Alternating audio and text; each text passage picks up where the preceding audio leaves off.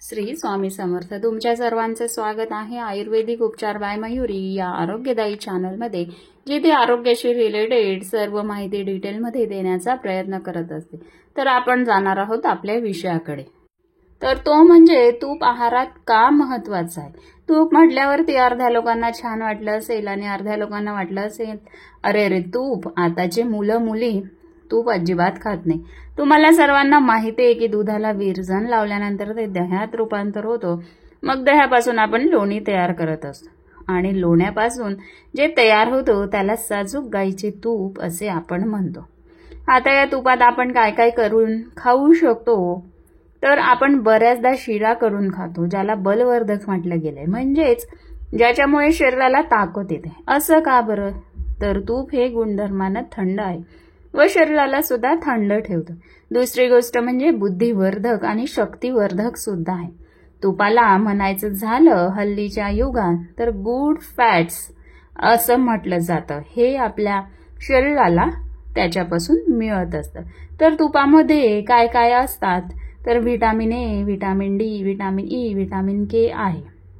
म्हणजेच थोडक्यात तुम्ही विचार करा, 1 चमचा साजूक तूप जर तुम्ही रोज घेणार असाल तर तुमच्या शरीराला किती फायदे होणार आहे. आणि तुपाचे फायदे तर बऱ्याच जणांना माहिती की बऱ्याच अंशात आपण जखमा बऱ्या करू शकतो. कितीतरी जुने झालेले व्रण असतात, जखमा असतात, त्यांना तुपाने लगेच गुण येतो. स्पेशली सांगायचं झालं, जे भाजलेले व्रण असतात ते तुपाने बरे होतात. आता आयुर्वेदात शतधौत घृत असे एक औषध आहे जे आपण तुपापासून बनवतो.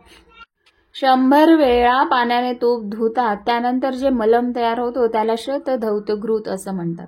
आता शतधौत म्हणजे 100 वेळा केल्यानंतर त्याच्या गुणांमध्ये इतका फरक पडतो की जेव्हा भाजलेली जखम असते जळजळ होत राहते, पण जेव्हा आपण ते मलम लावतो त्याच्याने येणारा थंडावा व त्यामुळे जे जखम बरे होतात, म्हणजेच अक्षरशः एकही जखम शरीरावर दिसत नाही.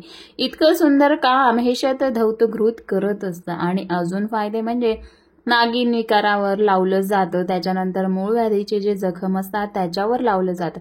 पूर्वीच्या काळात तूप जास्त काळ ठेवून मग वापरायचे. जुनं तूप म्हटलं जायचं त्याला. हे जुनं तूप जेव्हा व्रणांवर वापरले जायचे ते लवकर बरे व्हायचे किंवा सर्दीमध्येही वापरले जायचे, नस्यासाठी वापरले जायचं. पण आता आपण तेच तूप रोजच्या आहारात सुद्धा नाही घेत. पराठ्यांवर सुद्धा आपण बटर घ्यायला प्रेफर करतो, पण तेच जर तुम्ही तूप घेताय तर तुम्हीच विचार करा ते किती फायद्याचं आहे.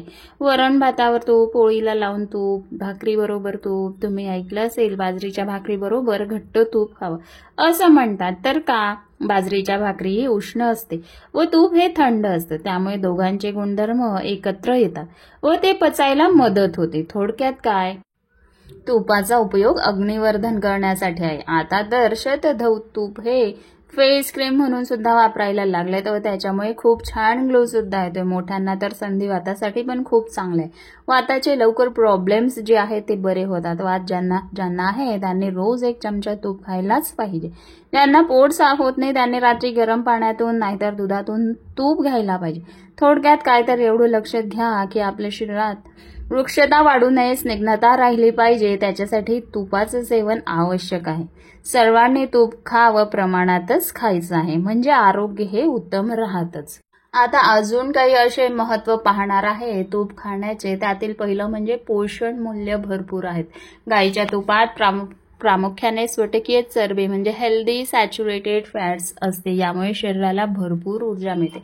यामध्ये तर तुम्हाला मी सांगितलंच, vitamin A, vitamin D, vitamin A आणि व्हिटॅमिन के भरपूर प्रमाणात असतं, जे हाडे, डोळे, त्वचा, रोग प्रतिकारशक्ती वाढवतात. ओमेगा 3 आणि ओमेगा 9 फॅटी ऍसिड्स असतात, जे हृदयासाठी फायदेशीर आहे. पुढील महत्व म्हणजे पचनासाठी फायदेशीर. गाईचे तूप पचनशक्ती सुधारते. आयुर्वेदात सांगितले आहे की तुपामुळे जठराग्नी डायजेस्टिव्ह फायर तेजस्वी होते, त्यामुळे अन्न सहज पचते आणि आम म्हणजे टॉक्झिन्स जे आहे ते तयार होत नाही. पुढील महत्त्व म्हणजे रोगप्रतिकार शक्ती वाढते. गाईच्या तुपामध्ये असलेले ब्युटेरिक ऍसिड आतड्यांच्या आरोग्यासाठी आणि रोगप्रतिकार शक्ती वाढवण्यासाठी खूप उपयुक्त आहे. पुढील महत्त्वाचा म्हणजे मेंदू आणि मनासाठी फायद्याचा आहे. तुपातले स्निग्ध गुणधर्म मेंदूला पोषण देतात, स्मरणशक्ती आणि एकाग्रता वाढवतात, मानसिक तणाव आणि चिंता कमी करण्यास मदत करतात. पुढील महत्त्व म्हणजे शरीरातील वंगणासाठी म्हणजेच लुब्रिकेशन, सांधे, त्वचा आणि इतर ऊती म्हणजे टिश्यूज यांना गती आणि लवचिकता मिळते. त्वचेला आतून नैसर्गिक तेज मिळतं.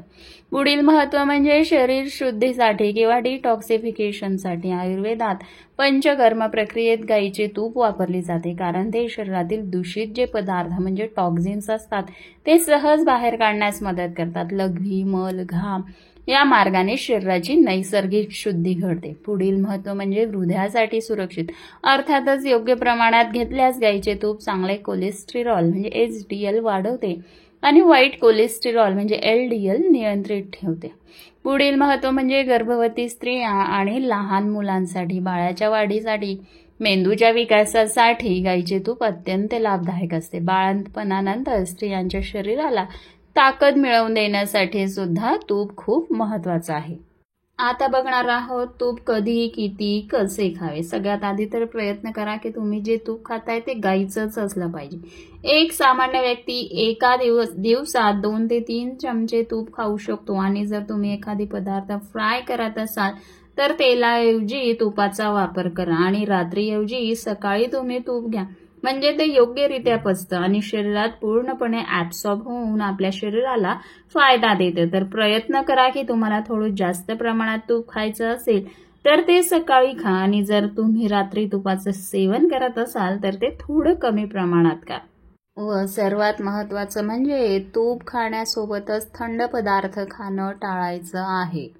तर आता तुम्हा सर्वांना समजलंच असेल तूप आहारात का महत्त्वाचं आहे. तर आज आपण गाईच्या शुद्ध तुपाचे आरोग्यदायी फायदे पाहिले. शुद्ध आहार, शुद्ध विचार आणि चांगल्या जीवनशैलीसाठी देशी तूप अवश्य आपल्या दैनंदिन आहारात समाविष्ट करा. जर तुम्हाला आजचा व्हिडिओ उपयोगी वाटला असेल तर नक्की लाईक करा, शेअर करा आणि तुमचे विचार कमेंटमध्ये लिहा. आणि हो, अशाच आरोग्यदायी माहितीसाठी चॅनलला सबस्क्राईब करा आणि बाजूचा बेल आयकॉन दाबायला विसरू नका. भेटूया पुढच्या व्हिडिओमध्ये एका नव्या आणि उपयुक्त विषयाचा.